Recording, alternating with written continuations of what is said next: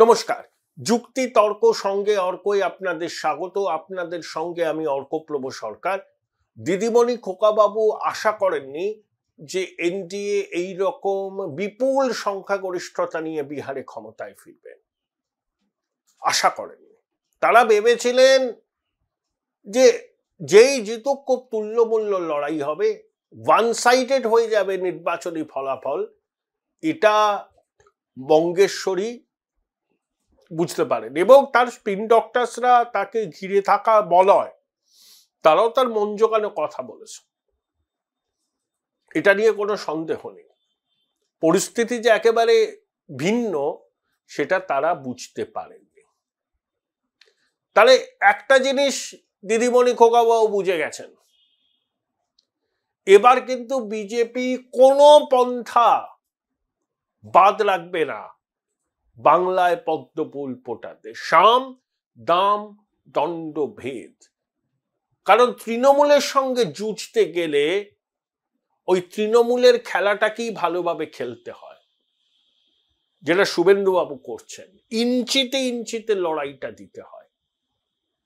কোনো কেন্দ্রীয় হস্তক্ষেপ, রাষ্ট্রপতি শাসনের দরকার নেই। বাংলার মানুষ পরিবর্তন চাইছেন, সেই পরিবর্তন বিজেপি করতে পারে। তার জন্য তাদের স্ট্র্যাটেজিটাকে খুব মজবুত করতে হবে। রাষ্ট্রপতি শাসন ভাষণ জারি হবেও না, ওসব দাবি তোলা অর্থহীন। কখন হতে পারে? যদি দেখেন যে এসআইআর করতে আর পারলো না, প্রবল গন্ডগোল হচ্ছে, সাংবিধানিক প্রতিষ্ঠান ভেঙে পড়লে এসআর বোম্বাই মামলার রায়টা দেয়াই আছে, সেটা রাষ্ট্রপতি শাসন জারি হতে পারে। সেখানে সংসদের উভয় কক্ষের অনুমোদনের প্রয়োজন হয় না, জাস্ট ফাইন। কিন্তু সে তো দেখা যাবে রাষ্ট্রপতি শাসন। কিন্তু তৃণমূলে ঘুমটা উড়েছে কেন? আমরা যেমন খবর রাখি, শাসক খবর রাখে না? রাখে। শাসকের এজেন্ট বিজেপির মধ্যে আছে। তারা বিজেপির খবর শাসককে দেয়। কিন্তু শাসকের ঘুম উড়েছে অন্য কারণে। এসআইআর তো আছে, এসআইআর এর অভিজ্ঞতা তৃণমূল উপর পড়বে, এটা তৃণমূল জানে। আর মতুয়া সম্প্রদায়ের মানুষের ভোট বাদ যাবে না, তারা ভোটাধিকার পাবেন, নিশ্চিন্তে থাকুন, তারা পাবেন। এখন একদিকে এরা তো একেবারে ডাকাতির সাম্রাজ্য তৈরি করে ফেলেছে সব জায়গায়। ডাকাতি কোথায় করেনি বলুন তো? শিক্ষা, পুরনিয়োগ, যেখানে আপনি তাকাবেন সেখানেই দেখবেন ডাকাতি হয়েছে। এই ডাকাতির পর্দাফাঁস অনেকটা হয়েছে, পুরোটা হয়নি। এই যে রাজ্যের দমকল মন্ত্রীকে জেরা করা হয়েছিল 2024-এর 12ই জানুয়ারি প্রথমবার, তারপরে কিছুদিন আগে তার ঘনিষ্ঠ বন্ধু এক বিল্ডার, যিনি 100টা বাড়ি করেছেন কলকাতায়, তার বাড়ি অফিসে তল্লাশি হয়েছে, নথিপত্র নেওয়া হয়েছে। আর এক ব্যবসায়ী, যে লেকটাউনেই থাকেন আর দক্ষিণের দিকে না বেহালায় কোথায় তার অফিস আছে, যেখানে 10 কোটি টাকার সোনা টাকা উদ্ধার হয়েছে। সুজিত বাবুর স্ত্রী, তার পুত্র কন্যাকে ইডি তলব করেছে। কারণ ইডির বক্তব্য, মানে ইডি যারা কভার করে সাংবাদিকরা বলছেন যে সুজিত বাবুর বাড়ি, অফিস, নিতাই দত্তের গুদাম, তার ঘনিষ্ঠ বন্ধু ব্যবসায়ীদের জেরা করে অনেক নথি পেয়েছে ইডি। সেই নথিগুলো যাচাই করতে করতে করতে করতে তারা কিন্তু একটা কনক্লুশনে আসছে যে বড়সড় কিছু হয়ে থাকতে পারে। সেই সূত্রেই কিন্তু সুজিত বাবুর ছেলে, মেয়ে এবং স্ত্রীকে ডাকা হচ্ছে। সুজিত বাবুকেও হয়েছে আগে, আবারও হয়তো হবে। তা সুজিত বাবুকে কিন্তু খুব একটা অ্যাক্টিভ দেখছি না রাজনীতিতে। স্বাভাবিক, এইভাবে কেন্দ্রীয় এজেন্সি যদি তার পরিবারের পিছনে হাত ধুয়ে পড়ে থাকে, তা তিনি কিভাবে সবকিছু স্বাভাবিকভাবে করবেন? অনেকে বলছেন এ তো কলির সন্ধে, এখন তো বিহারের ভোট হয়ে গেল, থাম্পিং মেজরিটি। এখন কিন্তু বিজেপি আর কোনো পথ বাকি রাখবেন না, কোনো পন্থা অবলম্বন করতে আর দ্বিধা করবেন না। এজেন্সির তৎপরতা বাড়বে, সর্বোচ্চ প্রভাবশালীকে ডাকাডাকি হবে, এবং বাংলার মানুষের অনেকে যেটা চাইছেন, অভিজিৎ বাবুর মতো যারা বলছেন, তাদের সেই প্রত্যাশাও পূরণ হতে পারে। ডিসেম্বর মাসটা তৃণমূলের পক্ষে খুব ভাইটাল, খুব ভাইটাল। তছনছ হয়ে যেতে পারে সাজানো বাগান, লণ্ডভণ্ড হয়ে যেতে পারে ওই রাজনৈতিক টর্নেডোতে। প্রতিহিংসা করছে, কেন্দ্র টাকা দিচ্ছে না, এসব বলে হবে না, এসব বলে হবে না। ওই ন্যারেটিভ নেবে না, বাংলা আক্রান্ত, বাঙালি আক্রান্ত, বাংলা ভাষা সন্ত্রাস হচ্ছে, কেউ খাচ্ছে, নো টেকার। যে কোনো মৃত্যু মানেই দুর্ভাগ্যজনক, তার সঙ্গে এসআইআর কে ট্যাগ করে দিচ্ছে, তাতেও কিছু ববি বলবে না। বাংলার মানুষের একটা বড় অংশ এবার পরিবর্তন চাইছেন। আমি জানি না আইপ্যাক, সম্ভবত তারা যদি পেশাদার সংস্থা হয়, বাংলার মানুষের মনোভাব তারা নিশ্চয়ই শাসক দলকে জানিয়েছে। দেখুন, তৃণমূল কোনো ন্যারেটিভ তৈরি করতে পারছে না। এখন শোনেন যে ভাষা সন্ত্রাস, বাঙালি আক্রান্ত, শোনেন না, শুনবেনও না, কারণ ওই ন্যারেটিভ মানুষ নেয়নি। দুই, কেন্দ্রীয় বঞ্চনা, 100 দিনের টাকা আটকে রেখেছে, আবাসের টাকা আটকে রেখেছে। 100 দিনের কাজ শুরু হবে প্রসপেক্টিভ এফেক্টে, রেট্রোস্পেক্টিভ এফেক্টে নয়। এবং কলকাতা হাইকোর্টের রায় সুপ্রিম কোর্ট বহাল রেখেছে। এবং এই যে মামলাটা করেছিল পশ্চিমবঙ্গের ক্ষেত মজুর সমিতি, বিকাশবাবু তাহলে আইনজীবী ছিলেন, শুভেন্দু অধিকারীও মামলায় ছিলেন, রাজ্য সরকার এই মামলায় অংশ নেয়নি। সেখানে কি বলেছে আদালত? আদালতের রায় কি আছে? 82 শিক্ষার থাপ্পড়। হ্যাঁ, 100 দিনের কাজ চালু করতে হবে।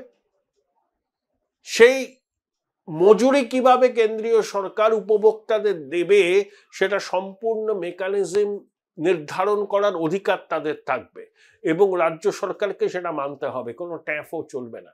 সারা ভারতবর্ষ ধরুন একটা মেকানিজম আছে, কেন্দ্র মনে করলে পশ্চিমবঙ্গের ক্ষেত্রে সম্পূর্ণ আলাদা মেকানিজম ইভলভ করতে পারে, এবং সেটা রাজ্য সরকারকে মানতে হবে। এটা জয়। দুর্নীতির তদন্ত চলবে। Join Indian Institute of Hotel Management now. Right choice, right decision. দুর্নীতি হওয়ার পর যে টাকা উদ্ধার হয়েছে, সেই টাকা কি কনসলিডেটেড ফান্ড আছে, এটা গভর্নমেন্ট অফ ইন্ডিয়ার, সেখানে পাঠানো হয়েছে? কতজনকে গ্রেপ্তার করা হয়েছে বা এফআইআর করেছে, কত টাকা উদ্ধার করা হয়েছে, সেই তথ্য তো মানুষ জানতে চায়। কোনো শিল্প কিন্তু এর মধ্যে আসবে না, কোনো শিল্পের উদ্বোধনও হবে না। যা হবে 26-এর ফলাফল বেরোনোর পর। একদিকে এজেন্সির খেলা শুরু হলে বলে এখনো অনেকে বুঝতে পারছেন না যে এজেন্সির খেলাটা কোন পর্যায়ে যাবে। অনেকে সেটিং এর তত্ত্ব আওড়ে বাজার গরম করতে চাইছেন, কাজে দেবে না। মিসিং লিঙ্কগুলোকে জোড়া হয়েছে, কেন্দ্রীয় সরকারের সর্বোচ্চ মহল থেকে এজেন্সিকে সবুজ সংকেত দেওয়া হয়েছে। এখন তো ট্রেলার চলছে, সিনেমা বাকি আছে। নির্বাচন কমিশনকে বাধ্য করতে হবে বিহারের মতো নির্বাচন করতে, এবং এসআইআর কে সম্পূর্ণ করতে হবে। আর বাংলার মানুষের যে পরিবর্তনের আকাঙ্ক্ষা, সেটাকে যদি সম্মান জানাতে হয়, তার দায়িত্ব প্রধান বিরোধী দলে।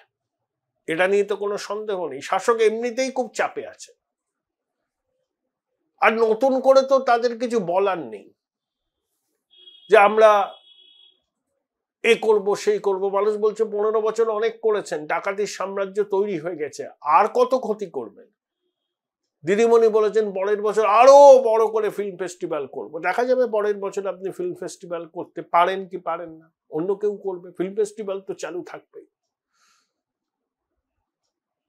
যত ব্রেভ ফেস দেখাচ্ছে না ভিতরে ভিতরে, তত দুশ্চিন্তাগ্রস্ত, তত দুশ্চিন্তাগ্রস্ত। এবং সর্বোপরি দেখুন, যেটা সম্পূর্ণ পোলারাইজেশন। এই যে বিহারে মুসলমান অধ্যুষিত অঞ্চলগুলো তো এনডিএ জিতেছে, মানে হিন্দু ভোটের ম্যাক্সিমাম পোলারাইজেশন হয়ে গেছে। আমাদের খগেন মুর্মুর কেন্দ্র মালদা উত্তর, 83% হিন্দু ভোটের মেরুকরণ হয়েছে। নন্দীগ্রামে হচ্ছে 75। এবার তো লোকসভা নির্বাচনে 55% হিন্দু ভোট বিজেপি পেয়েছিল, এবার 65 থেকে 66% পাবে। তাই ক্ষমতায় আসবার জন্য যে ক্রিটিক্যাল মাসটুকুর দরকার, সেগুলো তারা পেয়ে যাওয়ার সম্ভাবনা প্রবল। এটা শাসক জানে না তো তা নয়, শাসকের যেমন আইপ্যাক আছে, বিজেপি এরকম পেশাদার সংস্থার পরামর্শ নিচ্ছে, তারা রিপোর্ট দিচ্ছে কোথায় কোথায় কি করতে হবে, কি ন্যারেটিভ তৈরি করতে হবে। উত্তরবঙ্গের জন্য এক ন্যারেটিভ, দক্ষিণবঙ্গের জন্য আর এক ন্যারেটিভ, কলকাতার মানুষের জন্য আর একটা ন্যারেটিভ। এবং বাংলার মানুষ রোড ম্যাপ জানতে চাইছে বিজেপির কাছে। বলছো তোমরা ক্ষমতায় আসবে, তাহলে আসলে কি করবে?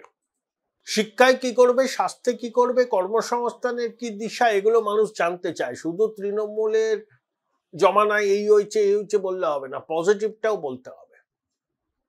আর লক্ষ্মীর ভান্ডারের সুফল তৃণমূল নতুন করে পাবে না। ভোট অ্যান্ড অ্যাকাউন্ট বাজেটে কিছু বরাদ্দ বাড়ানো হবে, অবশ্যই বাড়ানো হবে। লক্ষ্মীর ভান্ডারের সুফল তৃণমূল অনেকগুলো নির্বাচনে পেয়েছে। বাংলার মাতৃশক্তি জানে যেই ভাই ক্ষমতায় আসবে সেই এই প্রকল্প চালু রাখবে বা অন্য নামে হবে, বরঞ্চ বরাদ্দ বাড়তে পারে। বিজেপি শাসিত সব রাজ্যে এই ধরনের প্রকল্প আছে। তা লক্ষ্মীর ভান্ডারকে কাউন্টার করতে অন্নপূর্ণা ভান্ডার বা অন্য কোনো নামে কিছু প্রকল্প বিজেপিকে আনতেই হবে, এবং তার প্রচার কিন্তু নিবিড় হতে হবে। সুকান্ত বাবু এক জায়গায় বললেন, শুভেন্দু বাবু এক জায়গায় বললেন, ওভাবে হবে না। একেবারে ওই ব্লিচ ক্লিক বলে না, ওই রকম ভাবে করতে হবে। তাহলে দেখবেন এবার গণেশ উল্টে যাবে বাংলায়। তৃণমূল এটা জানে, তাদের বলার কিছু নেই, কোনো ন্যারেটিভ কারেন্সি পাচ্ছে না।